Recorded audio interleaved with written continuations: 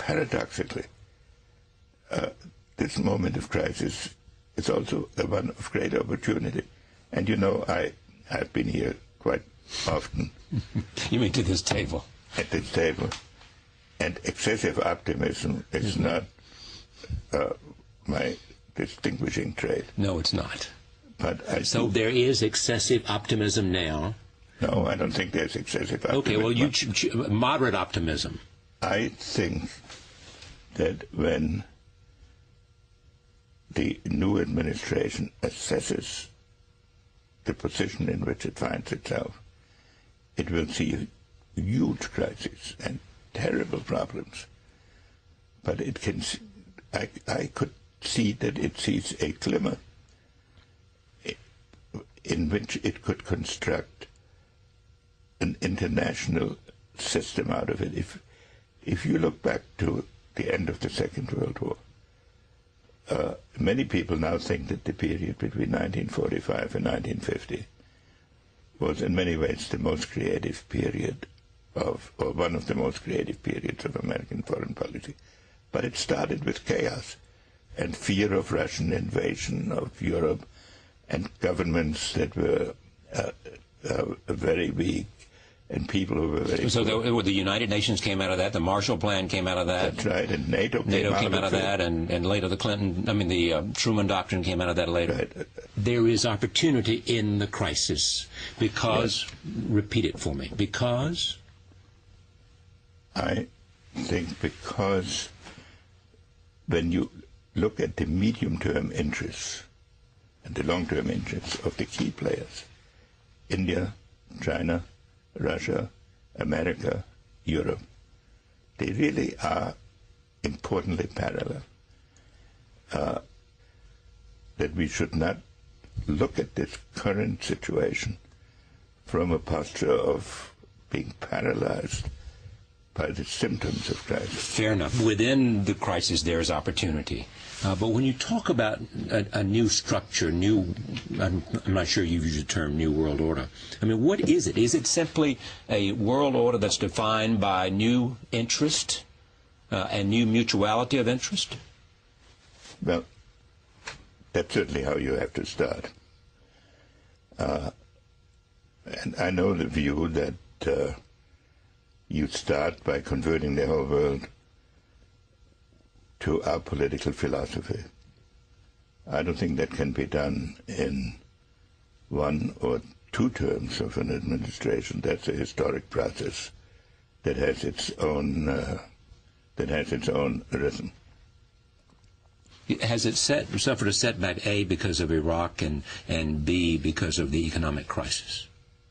That's what suffered a setback. The idea of America leading and building a whole new consensus for a kind of... Look, there are so many problems in the world at this moment that can only be dealt with on a global basis. And that's unique. Proliferation, environment. Environment. In some cases, global health. Right. So all of these issues necessitate a global approach. So you don't have to invent an international order. And so every country has to mitigate its pure national interest by the global necessities to some extent. Or define its natural interest by the global necessities. But it cannot push its own technically selfish interests. In talking to the leaders of the world that I have met and counted in recent months, to what extent their willingness to cooperate with America has been enhanced by the very recent crises. The economic crisis. The economic crisis, and also the way the whole international system is evolving. And I'm not saying that leaders will be able to be up to all the opportunities that I may, as an outsider, may perceive. But I think they can start moving in that direction. And I'm actually fairly hopeful that we will be moving in that direction. It seems to me the larger point you're making is that the economic crisis that is prevalent in the United States, in Europe, in Russia, and in China, India, offers an opportunity to make a case for something new rather than something old.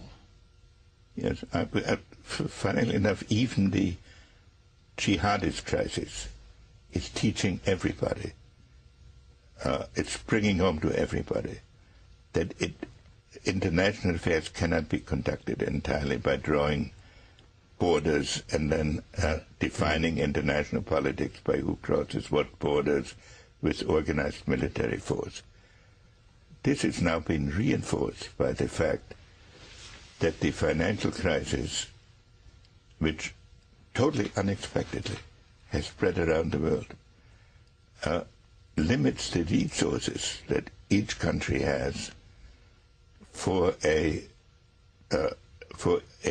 foreign policy geared to assertion of its own pure interests. So every country is obliged to set certain priorities, so that foreign policy now becomes an exercise into seeing whether the inevitable priorities that each country has to set for itself can be meshed in some manner to reinforce each other. Can it be done? I don't know that. It should be attempted, and I think there's a good chance of it. What would you call this age, this opportunity, this moment? It's a good question. I haven't condensed it into